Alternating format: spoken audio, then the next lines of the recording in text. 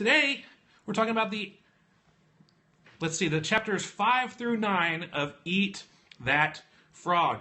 If you don't know, we have an Amazon Reseller book club. It's absolutely free. And in the Resellers book club, we go through about a book every 4 to 6 weeks, see how it applies to our Amazon FBA business. We talk about it here on this Periscope. We use the hashtag book club on the Full-Time FBA Facebook group page so that we can all share our thoughts and feelings and quotes and all this stuff from the book that we're reading. So hopefully you're eating a lot of frogs today. That's awesome that you are. And if you're not, man, eat some frogs.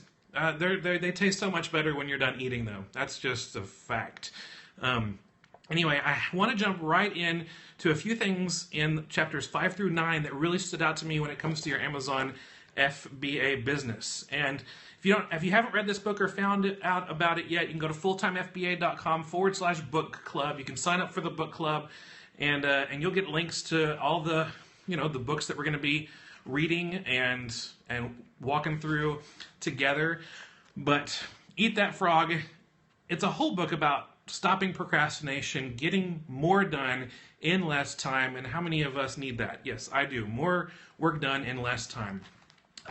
Chapter 5 was all about practicing creative procrastination. Earlier in the book, they talked about how there's never going to be enough time to do everything that you want. There's always going to be more stuff to do. There's always going to be more things on your to-do list. We're not ever going to really get caught up on all the things that we want to do with our personal life, with our business life, all those things. We're never going to get caught up, and that's okay. I mean, really, we shouldn't get caught up on everything. I mean, because what would happen if that happens? It means that we're not really challenging ourselves to stretch ourselves further. It means we've run out of ideas of things to do, and I don't want to ever get there. I like to get stuff done. But it says practice creative procrastination. The fact that you can't do everything that you have to do, you have to procrastinate on something. Therefore, procrastinate on the small tasks. Procrastinate on the little things. Think about the kind of consequences that come with either doing something or not doing something. And think about, what are the biggest consequences if you follow through and do something that you need to do, or what's the biggest consequences if you don't follow through? And walk that out, flesh it out, and realize, oh, you know what? If I don't check Facebook 15 times a day, what are the consequences? Well, I might miss out on someone's cute picture of their kid, or I might miss out on something, that might help me out a little bit, but overall, that's not going to be a huge consequence. However, if I don't get set up for sales tax on Amazon, if I don't figure out where my next sourcing trip is going to be and plan on when it's going to be, if I don't figure out how I need to understand, camel, or what is your big frog and what is it that you need to do? If you have a whole closet full of inventory that's just sitting there, maybe that's your frog and you're like, hey, what's the biggest consequence of that? Well, you'll still have a, full closet where you've got stuff that's not making you any money. So it's not really a horrible consequence, but what's the consequence if you take the time to tackle that closet that has all that inventory in it and get it listed on Amazon? Maybe there's some stuff that you need to list on eBay. What's the consequence of that? Sales and a higher disbursement. So figure out the consequences. Creative procrastination. We all have to procrastinate on something. Let's get creative and procrastinate on the small things. And chapter 6 talked about using the ABCDE method and think it down on paper. Get a piece of paper, write it out, or a whiteboard, and write it out. What are the top tasks? When you think of a task, they all need to be described and set up as A, B, C, D, or E.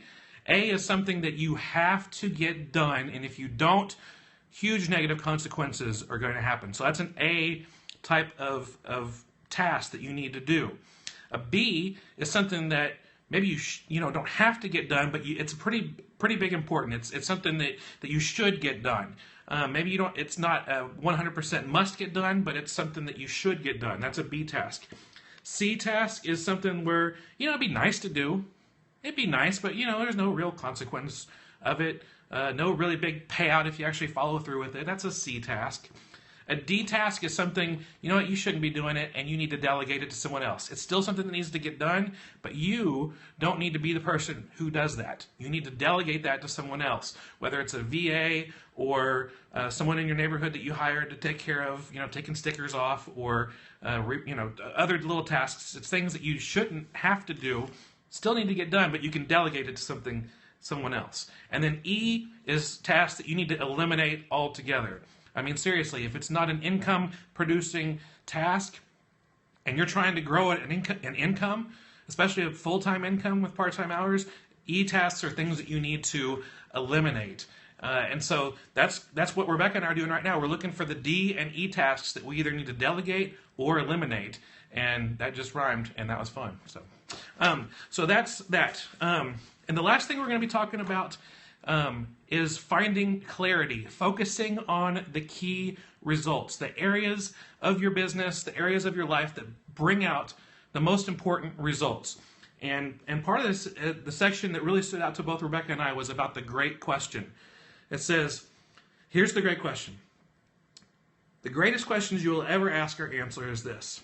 What one skill, if developed and did in an excellent fashion, would have the greatest positive impact on my career?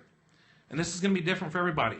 What is the one skill that if you were able to nail it, if you were able to just rock with this one skill, would have the greatest impact on your career? Maybe it's making smart sourcing decisions. Maybe it's a skill when it comes to, like in the book, Brian Tracey talked about how he focused on learning how to be an excellent typist, to be able to learn how to, not just kind of hunt and peck on the keyboard, but to really just type very quickly. And he says once he learned that skill, he was able to produce 10 books, and he was able to do it quickly. And he wouldn't be able to produce as many books just kind of hunting and pecking with his fingers on the keyboard. So what is the one skill that you need to focus on?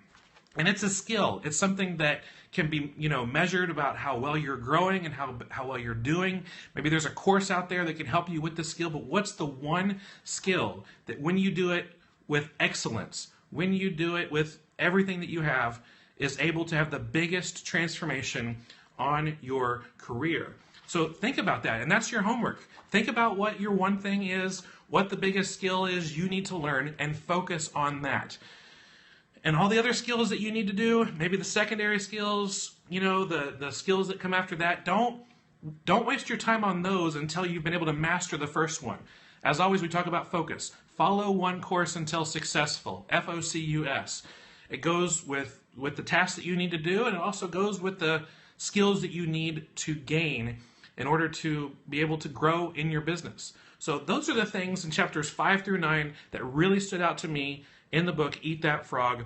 We will come back again next Wednesday for more stuff about how this book is helping my Amazon FBA business and how it can help yours too. I appreciate you joining me. It's been a good day, and I hope that you're able to eat as many frogs as you can. Swallow that sucker whole, get it done with so you can move on to other things in your business. That's all for today. Thank you so much for watching. And if you like this video, you can scroll down, leave us a thumbs up, a comment, or a question, or you can find a bunch of links in the description below. And as always, if you want to learn more about turning part-time hours into a full-time income with Amazon FBA, come over to the blog, fulltimefba.com. I will see you there.